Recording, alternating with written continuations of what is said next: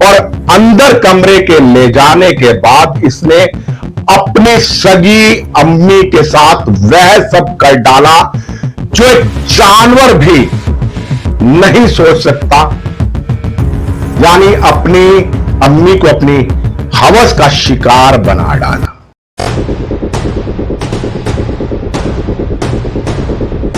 नमस्कार साथियों, आज मैं आपको जुर्म के एक ऐसी दास्तान सुनाने जा रहा हूं जिस दास्तान को सुनकर आपको अपने कानों पर विश्वास नहीं होगा। दर्द के मारे आपका कलेजा फटने लग जाएगा, आसमान से बिजलियां कड़कने लग जाएंगी और आप यकीन नहीं कर पाएंगे कि दुनिया में कोई ऐसा व्यक्ति है जो इस प्रकार का घिनौना कुकृत्य कर सकता है। जी हां दोस्तों, मामला राजधानी दिल्ली के हौज गाजी थाना क्षेत्र का है, जहां 39 वर्षीय मोहम्मद फिरोज ने अपनी ही सगी अम्मी को बनाया अपनी हवस का शिकार। जी हां, 65 वर्षीय बुजुर्ग मां को मोहम्मद फिरोज नाम के शख्स ने एक बार नहीं दो बार अपनी अम्मी के साथ दुष्कर्म किया। और यह मामला कोई भी बड़ा मीडिया चैनल नहीं उठा रहा है। तमाम कट्टरपंथी मौलाना और मजहब के ठेकेदार जो बात बात पर फतवा जारी करते हैं इस मामले को लेकर, लगता है कि उनके होठों पर किसी ने फेविक्विक चिपका दी हो। लेकिन मैं अपना कर्तव्य समझता हूं, मामले को मैं हिंदू या मुसलमान की नजर से नहीं देख रहा हूं, एक घिनौने अपराध की दृष्टि से देख रहा हूं। इसलिए मैंने अपना कर्तव्य समझा कि आपको इस पूरी घटना से अवगत करवा दूं। दिल्ली के हौज गाजी थाना क्षेत्र में एक परिवार रहता है जिसमें बुजुर्ग पिता जो हैं सरकारी नौकरी करते थे और अब रिटायर्ड हो चुके हैं। उनकी बेगम, मैं उनका नाम उजागर नहीं करूंगा क्योंकि ऐसे मामलों में हम पीड़ित महिला हो या शख्स हो उनका नाम नहीं बताते। इन दोनों बुजुर्ग लोगों ने मन में विचार किया कि एक बार हज यात्रा कर ली जाए। जो दुनिया भर के तमाम मुसलमानों के मन की ख्वाहिश होती है कि अपने मरने से पहले मुकद्दस पाक हज यात्रा करना, क्योंकि हर व्यक्ति के किस्मत में हज यात्रा करना नहीं लिखा होता है। इन दोनों ने मन में विचार किया और जुलाई के महीने में ये दंपति सऊदी अरेबिया की यात्रा पर निकल गए, यानी हज करने के लिए। जब ये यात्रा पर गए हुए थे तो इनके बेटे, जिसका नाम मोहम्मद फिरोज है, अपने बाप के पास फोन आता है कि अब आप अब्बू जान हज यात्रा को बीच में ही छोड़कर तुरंत घर वापिस आ जाओ, आपसे कुछ जरूरी सलाह मशवरा करना है। अब्बू ने लाख समझाया कि हज यात्रा को बीच में छोड़कर नहीं आ सकते और इन लोगों ने हज यात्रा पूरी कर ली। और 1 अगस्त को जब ये देश की राजधानी में अपने निवास स्थान पर पहुंचे तो बेटा बहुत गमगीन नजर आ रहा था और अम्मी से आंखें चुराने की कोशिश कर रहा। रात के वक्त जब इसके अब्बू घर पर नहीं थे तो इसने अपनी अम्मी को अपने कमरे में बुलाया और उससे कुछ तू मैं करने लगा। वो किस्सा भी आपको मैं बाद में बताऊंगा कि इसने अपने एक बालिया बयान में क्या कहा।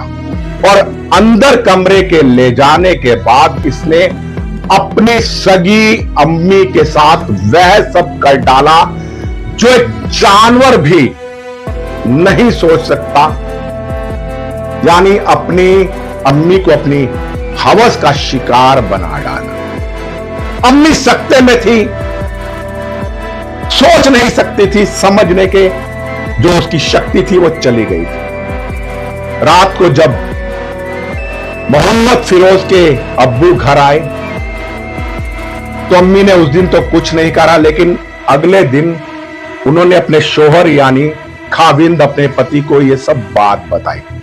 लेकिन पति ने समाज और मजहब की दुहाई देते हुए उसे चुप रहने का और अपने पुत्र को डांटा।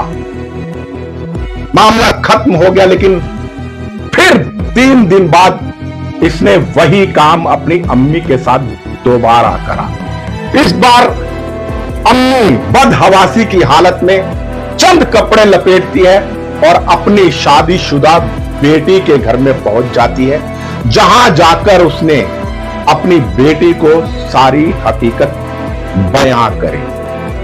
बेटी से मशवरा करने के बाद बेटी ने राय दी कि ऐसे नालायक बेटे को उसके कुकर्मों की सजा मिलनी चाहिए।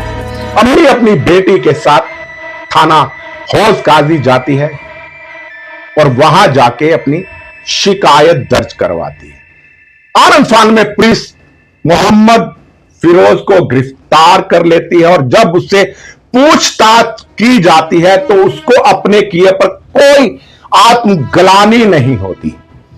वो कहता है कि अम्मी के हज यात्रा पर जाने के बाद मुझे मालूम पड़ा कि मेरी अम्मी के मेरे अब्बू से निकाह से पहले कई लोगों से नाजायज संबंध थे और शायद निकाह के बाद भी अम्मी ने वो संबंध कायम रखे थे। और जब ये हज यात्रा पर गई तो मैंने एक इस्लामिक किताब पढ़ी। उस किताब में साफ साफ लिखा हुआ था कि ऐसी बदचलन औरत को उसके किए की सजा मिलनी चाहिए। अगर आप उसको सजा नहीं देते हो तो आप जन्नत के हकदार नहीं हो। और इसीलिए मोहम्मद फिरोज ने अपने मन में ठान ली।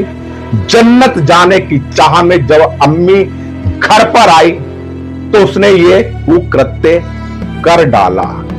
अब मोहम्मद फिरोज को अपने किए पर कोई पछतावा नहीं है। वो कह रहा है मैंने जो कुछ किया दीन की राह में किया, मजहब की भलाई के लिए किया। परंतु प्रश्न यह उठता है आखिर ये ऐसी सोच लाते कहां? उसने तो एक किताब पढ़ी। अब किताब कौन सी थी?